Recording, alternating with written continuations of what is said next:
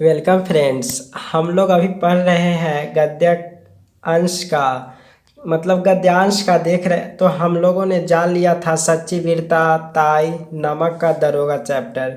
आज हम जानेंगे चौथा चैप्टर, इसी में है वसंत आ गया है, जिसके लेखक हजारी प्रसाद द्विवेदी जी है। तो सबसे पहले देख लेते हैं कि वसंत आ गया है चैप्टर कब कब पूछता है और कितना इम्पोर्टेंट है। तो 2015 के प्रीवियस ईयर क्वेश्चन में देखेंगे तो यहाँ पर नेप की 8 सच्ची वीरता साइकिल 2015 में नहीं पूछा था, 2016 में देख लेते हैं। यहाँ पर नमक का दरोगा वसंत आ गया, देख सकते हैं ये 2016 का क्वेश्चन है। तो 2016 में पूछा गया था, वसंत आ गया है। अब 2017 का प्रीवियस ईयर क्वेश्चन देखते हैं। तो सच्ची वीरता साइकिल नेप की 8 इसमें नहीं पूछा गया था। 2018 के क्वेश्चन में देखते हैं, नमक का दरोगा ताई वसंत आ गया है, इसमें पूछा गया था, देख सकते हैं यहाँ पर है क्वेश्चन। अब 2019 में देखते हैं तो सच्ची वीरता नींव की ईंट नमक का दरोगा, इसमें नहीं पूछा गया था। अब 2020 में देखते हैं क्वेश्चन, तो नमक वसंत आ गया है, देख सकते हैं ये लगभग हर साल बीच कर करके ये पूछता है। तो इम्पोर्टेंट है, केवल 6 चैप्टर हम लोग को जानना ही है यहाँ पर गद्य अंश में से, जिसमें से 3 हर साल पूछ रहा है और पद्य अंश में से भी हर साल 3-3 पूछता है। तो ये 6 चैप्टर में से हम आज जानेंगे चौथा चैप्टर, वसंत आ गया है, जिसके लेखक है हजारी प्रसाद द्विवेदी जी। तो सबसे पहले तो हजारी प्रसाद द्विवेदी जी का हम जीवन परिचय जान लेते हैं, तब इस चैप्टर में आएंगे। तो उनका जन्म, हजारी प्रसाद द्विवेदी जी का जन्म हुआ था 19 अगस्त 1907 ईस्वी को।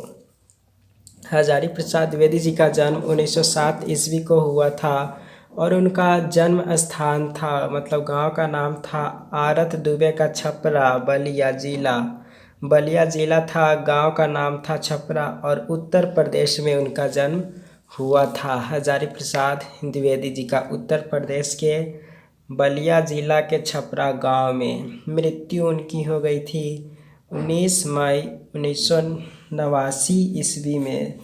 तो इस प्रकार से उन्होंने 70 वर्ष जिए, पर वे हमेशा के लिए अमर हो गए। तो वसंत आ गया है चैप्टर हजारी प्रसाद द्विवेदी जी के बारे में अभी हम जान रहे हैं। उनकी कर्म भूमि वाराणसी थी, क्योंकि उत्तर प्रदेश का एक वाराणसी जगह है, तो मतलब वहाँ उनका कर्म भूमि था। जितने भी सारे रचनाएं करते थे कि वे वाराणसी से ही अधिक रचनाएं की। माता उनके प्रसिद्ध पंडित कुल की कन्या थी, मतलब वह संस्कृत के बहुत बड़े जानकारी थी, वह हजारी प्रसाद द्विवेदी जी की माता जी थी से। कर्म क्षेत्र उनका निबंधकार, उपन्यासकार, अध्यापक, संपादक, ये सभी काम किए, उनका कर्म क्षेत्र था। मुख्य रचनाएं देखे हैं कि हम 50 मार्क्स का बिहार यूनिवर्सिटी में जो पूछता है तो उसमें ऑब्जेक्टिव नहीं पूछता, केवल सब्जेक्टिव पूछता है। तो इसलिए यहाँ पर उतना अगर ध्यान भी नहीं रहे तो उतना टेंशन की बात नहीं, लेकिन कहानी जो है या निबंध वो पता होना चाहिए। तो उनका मुख्य रचनाएं हैं सूर साहित्य, बाणभट्ट, कबीर, अशोक के फूल, हिंदी साहित्य की भूमिका, हिंदी साहित्य का आदिकाल, नाथ संप्रदाय, पृथ्वीराज रासो, उनकी ये मुख्य रचनाएं थी। अब उनकी निबंध मतलब विषय, कौन कौन विषय के बारे में लिखते थे, वे साहित्य में रुचि थे, वे बहुत सारा निबंध लिखे, बहुत सारा कहानी लिखे, उपन्यास भी लिखे और आलोचना भी किए। आलोचना मतलब होता है कि कोई भी कितना भी अच्छा हो उसमें से खोज कर बुराई निकालना, तो वे आलोचना भी वे बहुत सारे कवियों के करते थे। विद्यालय उनका काशी हिंदू विश्वविद्यालय था। पुरस्कार उन्होंने पद्म भूषण पुरस्कार से सम्मानित किया गया।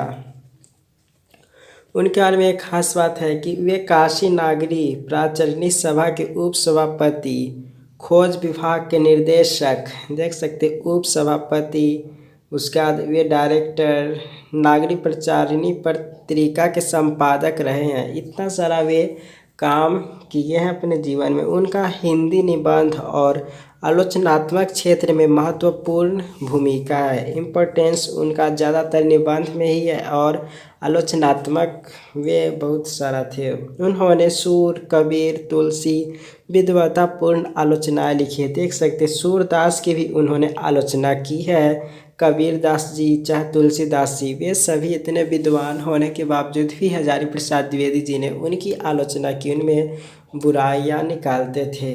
तो इनके बारे में, हजारी प्रसाद द्विवेदी जी के बारे में हम जान लिए। अब हम इस चैप्टर को जानते हैं। हजारी प्रसाद द्विवेदी जी के लिखा हुआ वसंत आ गया है चैप्टर। तो वसंत ऋतु क्या होता है? तो ये फरवरी मार्च से शुरू हो जाता है, जिसपे नए नए पत्ते फूल खिलने लगते हैं, पेड़ पौधे पर अच्छे अच्छे जो होते हैं मौजर वो दिखाई देने लगते हैं। तो उसी मौसम के बारे में यहाँ पर अभी हम निबंध जानेंगे। निबंध क्या होता है? निबंध जानते होंगे कि उसके बारे में आप जितना दृष्टि देख सकते हैं, जितना सोच सकते हैं, पूरा चीज़ लिख दीजिए। तो सीधे क्वेश्चन में हम लोग के पूछा था, देखे होंगे, तो वहाँ पर शीर्षक लिखना होता कि वसंत आ गया है, यह निबंध का शीर्षक लिखिए।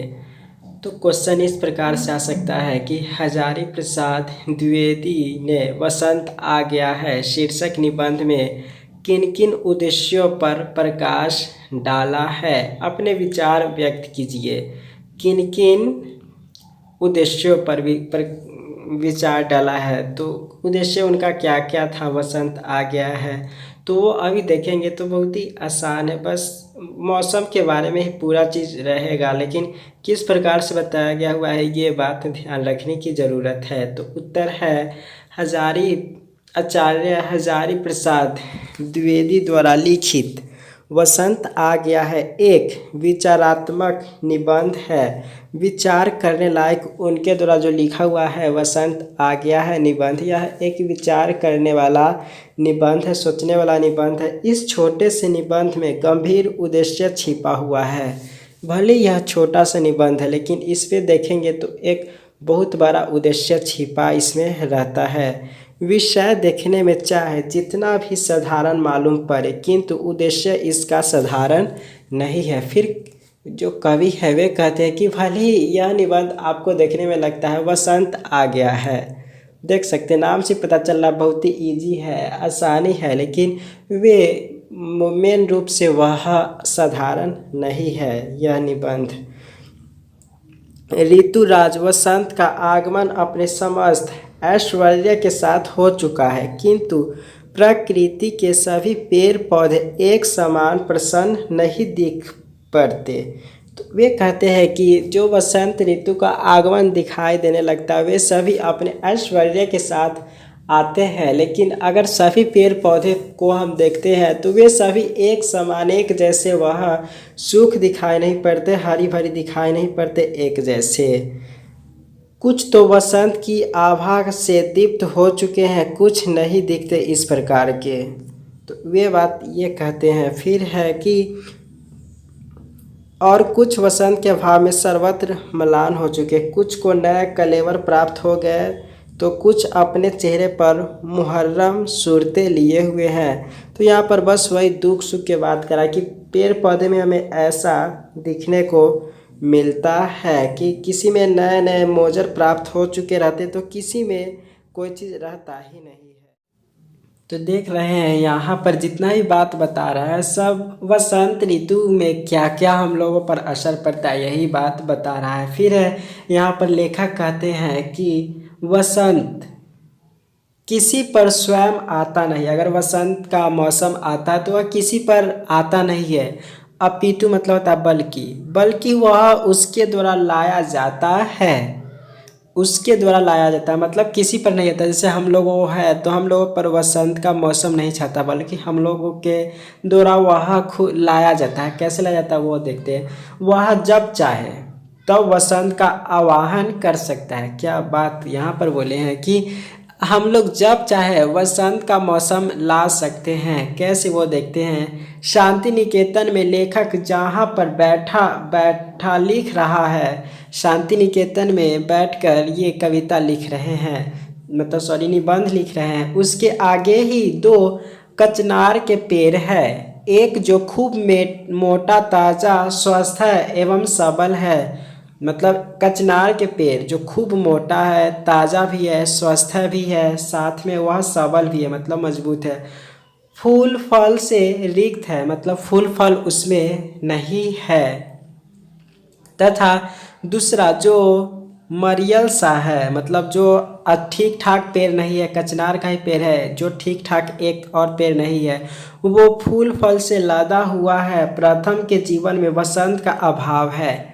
देख रहे यहाँ पर खूब मोटा ताजा स्वास्थ्य है, लेकिन फल फूल उसमें है ही नहीं, तो उसके जीवन में वसंत का मौसम ही नहीं है। बाद बाकी दूसरे में देखेंगे, मतलब फिर यहाँ पर बोला है तो दूसरे पर वसंत का प्रभाव है, क्योंकि उस फल फूल उसमें लादा हुआ है। भले जीवन मरियल है लेकिन फल फूल है, यहाँ पर आदमी के जीवन से भी जुड़ रहा है। उसी प्रकार से आदमी के भी पास होता है, भले ही सब कुछ ठीक ठाक हो लेकिन उसके जीवन में आनंद नहीं हो, वह अच्छे से नहीं जी रहा है, तो फिर उसके जीवन में वसंत का अभाव है।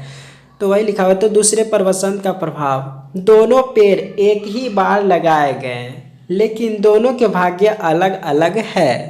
देख रहे हैं यहाँ पर एक ही समय पर लगाया गया दोनों पेड़, लेकिन भाग्य क्या है, अलग अलग है। फिर एक देखने में स्वस्थ एवं सबल रहने पर भी दिल से श्रांत क्लांत, चेहरे पर कांति नहीं क्लांति है, प्रसन्नता नहीं उदासी है। और दूसरा शरीर से देखने में दुर्बल रहने पर भी दिल में उल्लास उत्साह एवं उमंग की सरिता बहाए जा रहे हैं। इसमें इतना बड़ा हम लोग को सीख भी दे रहे हैं निबंध के माध्यम से। और निबंध की एक खास बात यह भी होती है कि इसमें आपको कोई भी बंधन नहीं होता है कि आप यहाँ बात नहीं लिख सकते, इस बात को नहीं लिख सकते हैं, इससे ज़्यादा नहीं लिख सकते, इसका कोई बंधन ही नहीं रहता। भले ही एग्जाम में कहा जाता है कि 250-300 शब्दों में लिखे, ये अलग बात है, पर आप अपना से लिखे और किसी को कहने पर नहीं लिख रहे, तो इसका कोई भी बंधन नहीं। आप हजारों लाखों की वर्ड में लिख सकते कोई भी निबंध। तो यह प्रयास कर रहा है कि एक पेड़ के जीवन में बहुत ही कष्ट है, वह उसमें सब कुछ स्वस्थ रहने के बावजूद भी उसके जीवन में उल्लास खुशी ये सब नहीं है। दूसरे भले वह दुबला पतला है, मतलब उतना ठीक ठाक देखने में नहीं है, पर उसके जीवन में हर्ष उल्लास है। तो ऐसा हम लोग को जीवन में रहना चाहिए, भले कैसा भी हो, दुबला पतला मोटा ताज़ा जैसा भी हो, लेकिन हमेशा खुश रहने की कोशिश करेंगे तो हमारे जीवन में भी जब चाहे वसंत आ जाएगा। तो यही पर वसंत के बारे में करें। फिर यहाँ पर है कि अप्रसन्नता नहीं प्रसन्नता है, दूसरा पौधा कचनार का है। अर्थात एक फूल फल से हीन है तो दूसरा फूल फल समन्वित। मानव जीवन में भी यही बात लागू होती है। ये बात पहले बता चुकी कि मानव जीवन में भी ऐसा ही बात लागू होता है कि एक शरीर, मतलब एक शरीर से स्वस्थ रहने पर भी मायूस बना रहता है। मतलब अगर शरीर एकदम अच्छा भी है, देखने में एकदम सुंदर है, फिर भी शरीर मायूस लगता है। ऐसा तो बहुत हम देखते हैं, पर इस कवि जो निबंध से सीख लेना चाहिए। और दूसरा, छीनकाय रहने पर भी आहर्निश खुश दिल नजर आता है। यह तो मन की मौज है। यहाँ पर इतना सुंदर बात है, कोई संपन्न होकर भी दिल में उदासीनता का भय, मतलब भयंकर रोग पाले हुए है। मतलब एकदम संपन्न है, नामी है वो, फिर भी दिल में उसका एक रोग पाले हुए रहते हैं। चेहरे पर कभी प्रसन्नता नहीं लाता, हमेशा रोनी सी सूरत बनाए रखता है। तो कोई विपन्न रहने पर भी चेहरे पर मुस्कान की आभा से समन्वित दिख पड़ता है। यहाँ पर भी कितना गजब बात है। इतना सब रहने के बावजूद भी हम लोग को ऐसे ही रहना चाहिए, कैसी भी माहौल हो हमेशा चेहरे पर आभा दिखाई देनी पड़नी चाहिए। एक सुख में रोता है तो दूसरा संकट में मुस्कुराता है। यहाँ पर क्या बात बोला है, यह अपना अपना भाग्य है, कोई इस पर क्या कह सकता है। तो ये अपना भाग्य से भी लोग करता है। मन को मना ले तो आप हमेशा अच्छे से रहेंगे, आप हर चीज़ को स्वीकार कर लेंगे जो भी चीज़ होगा। अतः द्विवेदी जी ने इस छोटे से निबंध में मानव जीवन का सार, मतलब जो पूरे जीवन का सारांश होता है, वह उपस्थित कर दिया गया हुआ है। प्रसन्न चित्त मनुष्य ही संसार में कुछ कर सकता है। अगर आपके मन प्रसन्न, मतलब मन अगर आपके एकदम प्रसन्न है, खुश है, तब ये आप कुछ भी कर सकते हैं। दूसरों पर अपना प्रभाव जमा सकते हैं, दूसरे के दिल में घर बना सकते हैं। अगर आपका मन प्रसन्न है तो आप दूसरों को अच्छा लगेंगे ही, और दूसरों को दिल में घर बना भी सकते हैं। प्रसन्न रहने वाला व्यक्ति अपने आप के लिए भी भार नहीं है। अगर आप प्रसन्न रहेंगे तो अपने आप को कभी भी भार महसूस नहीं करेंगे, हमेशा हल्का फुल्का मौज वाला महसूस करेंगे। वसंत समय के साथ गतिमान है, जो चाहे उसे अपने जीवन में जिस किसी भी समय उतार ले सकता है। मनुष्य वसंत की इच्छा से के अधीन नहीं, अपितु वसंत ही मनुष्य की इच्छाधीन है। यहाँ पर क्या गजब बात बोला है। वसंत हम लोग के इच्छा के अनुसार चलेगा, हम अपना जीवन में वसंत कभी भी ला सकते हैं। तो कैसे ला सकते हैं यहाँ पर बता ही दिए, खुश रहकर अच्छा हमेशा, इतना बड़ा वाला सीख मिला है। तो इस निबंध तो इस तरीक़ा से निबंध को पूछ सकता था। वसंत आ गया है हजारी प्रसाद द्विवेदी जी का, चाहे आपको इस तरीक़ा से भी पूछ सकता है कि वसंत आ गया है। शीर्षक निबंध में वसंत आता नहीं, ले आया जाता है। जो चाहे और जब चाहे अपने घर ले आ सकता है। इस कथन का प्रसंग अपने शब्दों में प्रस्तुत करें।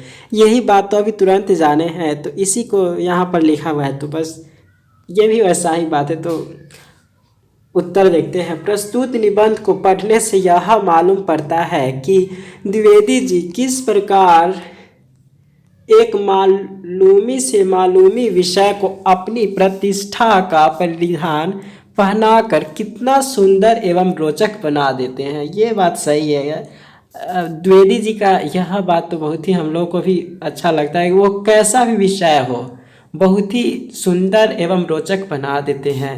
प्राचीनता और नवीनता दोनों का अनोखा समन्वय द्विवेदी जी ने अपने निबंधों में दिखाया करते हैं। उनके निबंधों में उनका व्यक्तित्व प्रधान रूप में उभर आता है।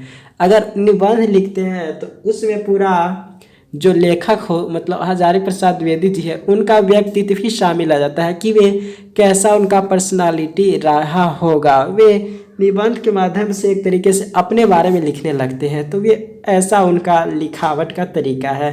द्विवेदी जी को विनोद एवं व्यंग्य बड़े प्रिय है। विनोद मतलब जो खुश रहने वाला, और खुश रहने के साथ साथ वह व्यंग्य वाला भी हो, वह बहुत ही प्रिय है द्विवेदी जी को। अपने गंभीर से गंभीर निबंधों में भी वे मौका निकाल कर हास्य एवं व्यंग्य की छटा दिखा देते हैं। इसलिए तो निबंध टॉप अगर शायद 3 निबंधकार बोला जाए तो एक जरूर रहेगा हजारी प्रसाद द्विवेदी जी का नाम।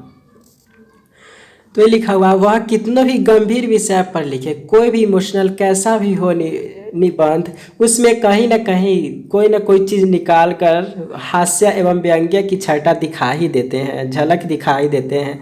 अपने लेख को वे गंभीरता की मरुभूमि में ही नहीं छोड़ देना चाहते। मतलब गंभीरता वाला तो केवल गंभीरता वाला ही नहीं, बल्कि उसमें वहाँ भी अपनी विनोद प्रियता मतलब खुशी वाला जो प्रिय वाला बात हो उसके फलस्वरूप एवं व्यंग्य की धारा बहाकर, व्यंग्य मतलब होता है कि हाँ मजाकिया वाला कमेंट्स, अच्छा वाला कमेंट्स जो दिल को खुश कर दे, ऐसा वाला कमेंट्स की धारा बहाकर ओएसिस का निर्माण कर देते हैं, निर्माण कर लेते हैं। द्विवेदी जी की यह प्रवृत्ति है कि वे अपनी त्रिमंडली में साहित्यिक गोष्ठी में अथवा जहाँ कहीं भी रहते हैं, मतलब त्रिमंडली जहाँ पर 3 मित्र साथ में हो, चाहे साहित्यिक सभी लोग का मिलना हो, चाहे जहाँ कहीं भी रहते हैं, गंभीरता का निस्तब्धता वातावरण कायम रहने देना नहीं चाहते। मतलब अगर गंभीरता वाला कुछ बात भी हो तो वहाँ पर अच्छा बना लेते हैं माहौल। वे हास्य एवं व्यंग्य के कारण ही वे किसी भी व्यक्ति के चेहरे पर अधिक देर तक मायूसी नहीं देख सकते। कोई न कोई हास्य एवं व्यंग्य का प्रसंग निकालकर वह हंसा ही देंगे।